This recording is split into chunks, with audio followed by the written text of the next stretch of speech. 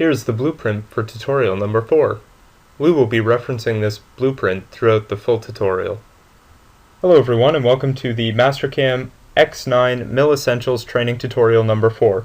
As you saw in the previous slide, that is the CAD file and the blueprint that we will be creating for training tutorial number 4. As you can also see, I've established my grid and changed my default color to blue. I did this by going through step number 1, which was setting up the graphic user interface. I'm going to proceed with step number 2. Simply go to Create, Arc, Circle Center Point. From here, change the value to 5 and select the origin. Select the Apply button. Change the diameter to 4.75 and hit Enter on your keyboard.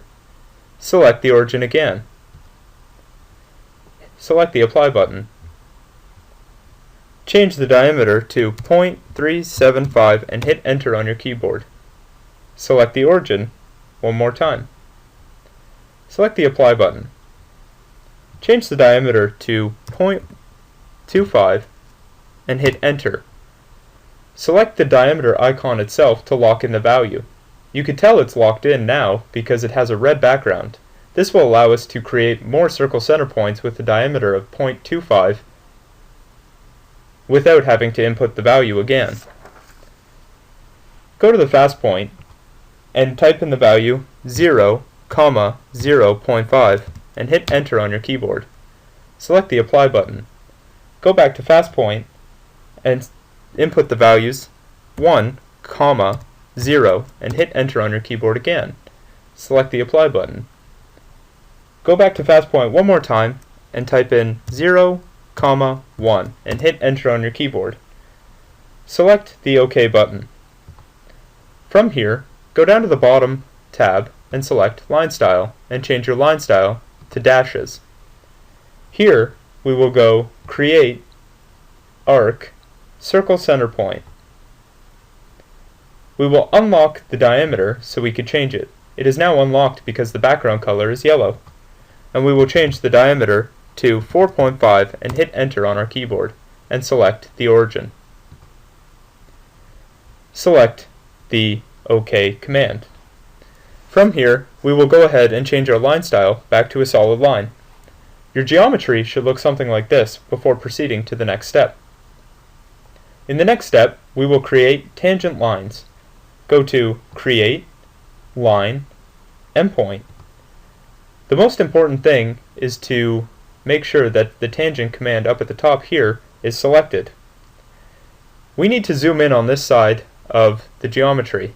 In order to do this, just use your mouse wheel to zoom in, or come up top here and select Zoom, and then zoom in to this portion of the part. From here, we will be able to create our line tangent. Select this line somewhere here, and move your line tangent somewhere over here. We will be able to change the distance because our geometry is light blue. Change this value to 1.5 and hit Enter on your keyboard. We are also going to change the angle to 20 and hit Enter on our keyboard again. With that done, select Apply. Fit to your screen so we can see the full part again, and zoom in, this time, to the upper portion of the part. From here, select the circle somewhere along here. Important not to choose an endpoint, and sketch the line somewhere up here.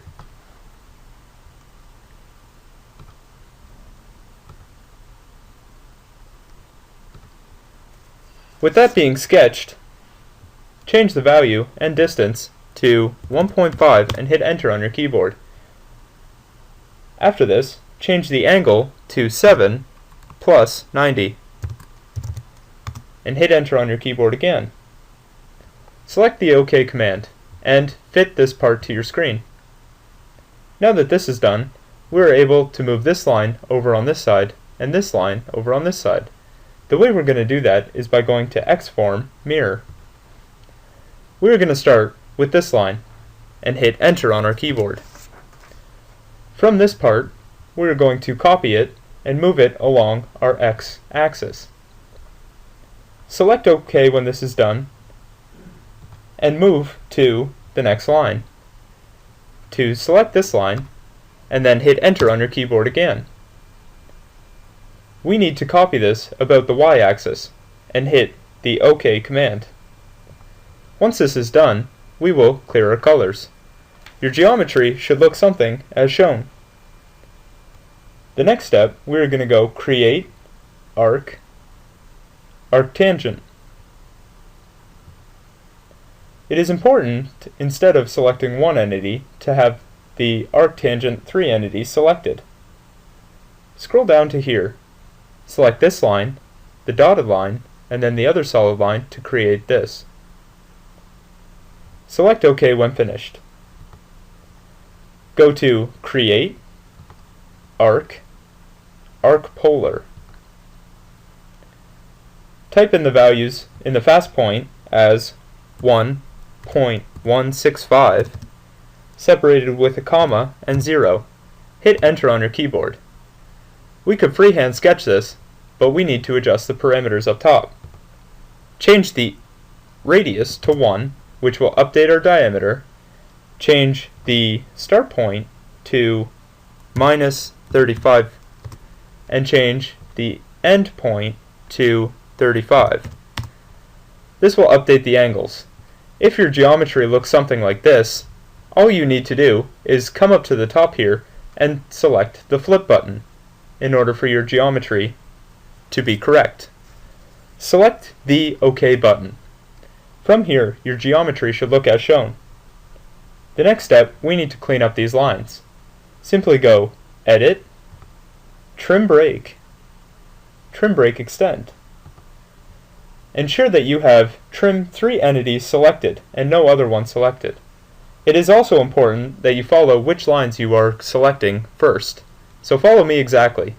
Select the left-hand line, followed by the right-hand line, followed by this line here.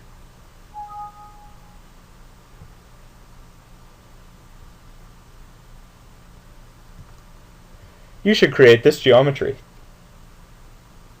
Along the other side, select this line, followed by this line, followed by this line here. You should create something like this. Again, we also need to do it for this side. Select this line, followed by this line, and then this line. The last step that we need to do is to select this line here, followed by this line, and then we choose this line as well. Your geometry should look as shown. Select the OK command. Go to Create, Fillet, Entities. From here, change the radius to 0.125 and hit Enter on your keyboard. We are going to grab this line, followed by this line. And then we are going to grab this line, followed by this line. Select the OK command when finished. Your part should look as shown. Since we don't need this dotted line anymore, I'm going to highlight it and hit Delete on my keyboard. Now, we are going to rotate these pieces all the way around this circle. Simply go to X-Form, Rotate, hold down the Shift key and select the following entities. Hit Enter on your keyboard when finished. Enable Copy, change the number of copies to 5, and change the angle to 360 divided by 6, and hit Enter on your keyboard. Select OK and clear your colors. Your geometry should look as shown. The next step is to give it Z depth. Simply change the WCS to isometric, followed by going X-Form, Translate. From here, select the two inner circles and hit Enter on your keyboard. We are going to copy this and we are going to move it down along the Z depth minus 1.5 and hit enter on our keyboard. After this is done, select Apply and OK. From here, highlight all the inner loops, starting with this outside perimeter, and then also the inner circles. Once this is done, select the OK command or hit enter on your keyboard. From here, we are going to move these, and we are going to move these down minus 0.05 and hit enter on your keyboard. Select the OK button and clear your colors. From here, we will need to change this in order to do a solids command. Scroll down to the very bottom and change your solid color from a gray to red 12 and hit the OK button. From here, select the isometric command and fit this part to your screen. We are going to change the main level to 2. Come down to the level section down here and left click. Type 2 on your keyboard and hit enter. We are now working in level 2. Come up to the top and select Solids and go Extrude. The chaining dialog box will be represented here. Select the outside profile at the very top and hit OK. We are going to change the distance to 1.5 and hit enter, and if it's going up, we need to flip the direction. Simply flip the direction by selecting Reverse All. Hit the Apply button here. We are now going to chain the inner half. Select this right here, followed by OK.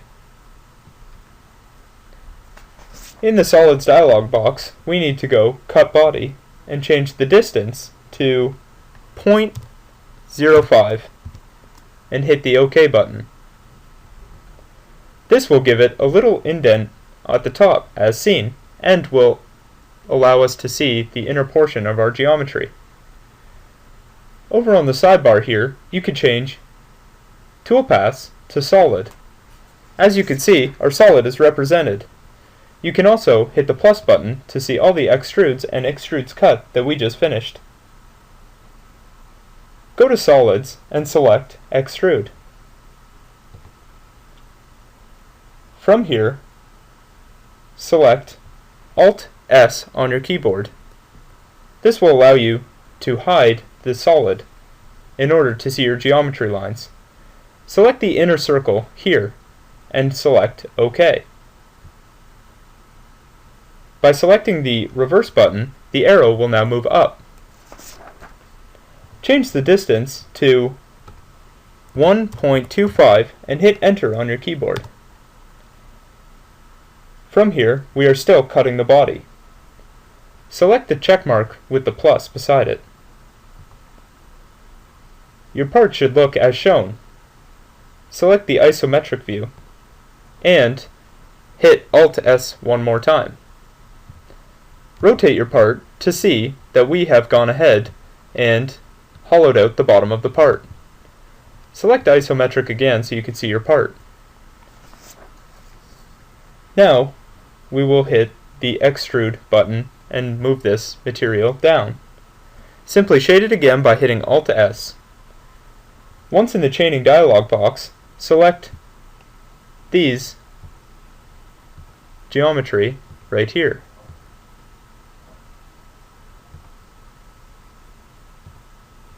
Once this is done, select OK in the chaining dialog box. We will want to go ahead and flip and reverse all so it is pointing down. We want to make sure that through all is selected, and we are going to leave the distance and cut body. Select the check mark with the plus beside it. From here, we will shade our solid.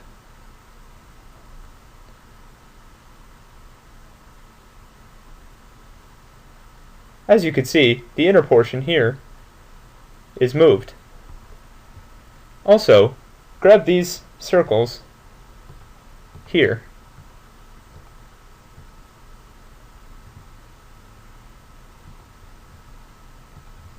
and hit OK. Do the same through all for these circles, making the cut body active and the distance also active, and hit the check mark with the plus beside it. Again, I'm going to hit Alt-S on my keyboard and shade it to see the result. Select Isometric to snap back to the proper view. From here, select these geometry lines now.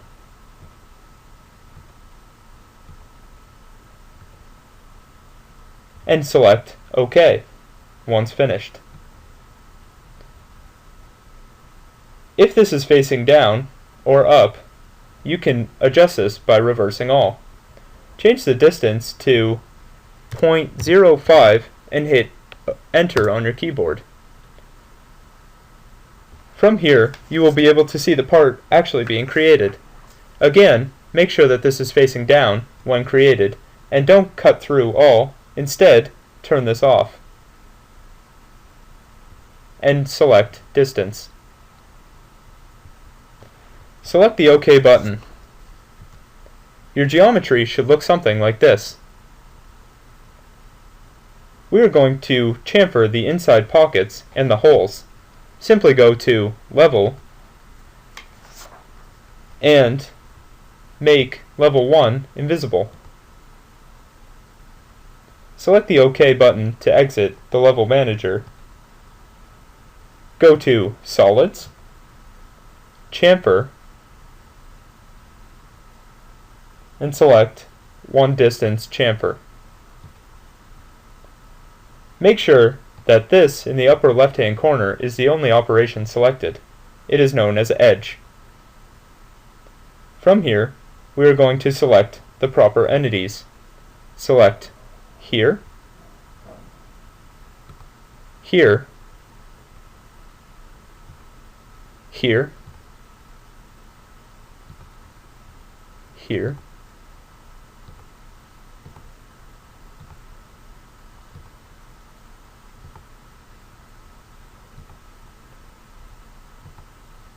and here.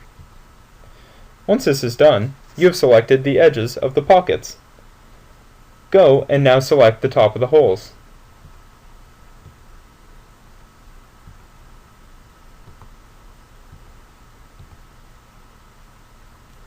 Once this is done, select OK. And go to this command right here.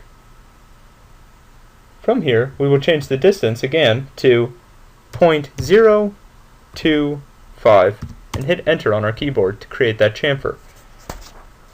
From here, we will select OK. If you missed the middle portion, simply just go to Level, make Level 1 visible again, select OK. Go to Solids, Extrude, and select this hole right here, and OK. Select Cut Through, and OK, followed by selecting Solids, Chamfer, chamfer one corner, select this edge, select OK, and also creating a chamfer for this with the same measurements that we did in the past. Select OK. Your part should look as shown. Now we will go back to Toolpaths to start our toolpath operations.